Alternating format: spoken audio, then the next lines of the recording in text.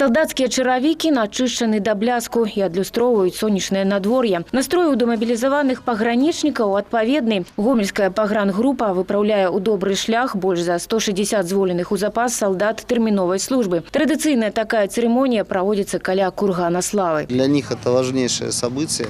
Они отдали, понятно, кто-то год, кто-то 1,5 года службе Родине. Они выполняли оперативно-служебные, и даже, наверное, в какой-то мере служебно-боевые задачи на высочайшем уровне. Честно отслужили, честно выполняли задачи по обеспечению пограничной безопасности нашей Родины. Наказ следующему поколению пограничников был дан. Мы готовим следующих защитников Отечества. Поэтому вообще наша страна может спать спокойно, пока мы охраняем государственную границу. Потрапіць у пагранвойскі няпроста. Жорсткі адбор плюс дысцыпліна. Пакуль краіна спіць, мяжа на замку. Выдатная фізпадрыхтоўка, спрытнасць і манёўры. Лепшыя байцы-пагранічнікі атрымліваюць на выхадзе граматы і падзякі. 20-гадовы Алексей Някрасаў служыў у манёўрнай групе. Кажа, што вайсковая падрыхтоўка дапаможа і на грамадзянцы. Хлопец вырашыў пабудаваць кар'еру ў спартыўнай сферы. Служба понравилась. Выполняли задачи по физической подготовке, строевой подготовке, боевой тоже. Это большой опыт, как стать мужчиной. Сейчас пару недель отдохнуть, потом уже заняться собой. На физрука подучиться, на высшее образование.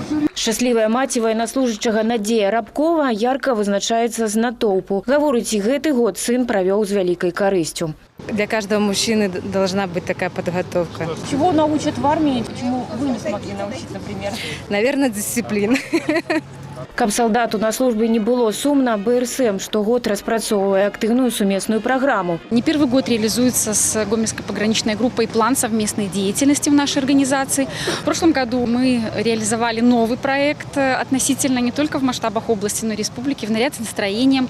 У молодых людей была возможность у нашего актива посетить пограничные заставы, ознакомиться со службой, бытом военнослужащих, поддержать их боевой дух.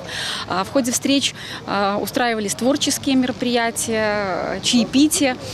Далее это и уроки мужества, это и встречи, единые дни информирования, это и проведение уже не первый год на базе Гомельской пограничной группы нашего слета для несовершеннолетних ребят. Пасля службы ў войску ў жыцці кожнага дэмабілізаванага салдата надыходзіць пераломны момант вызначыцца ў прафесіі. Хтосьці будуе кар'еру на грамадзянцы, але ёсць і тыя, хто працягвае ваенную службу па кантракце. У любым выпадку армейская служба дапамагае знайсці сябе. Ірына Драбушевская, Василий Сепцов, телерадиокомпания «Гомель».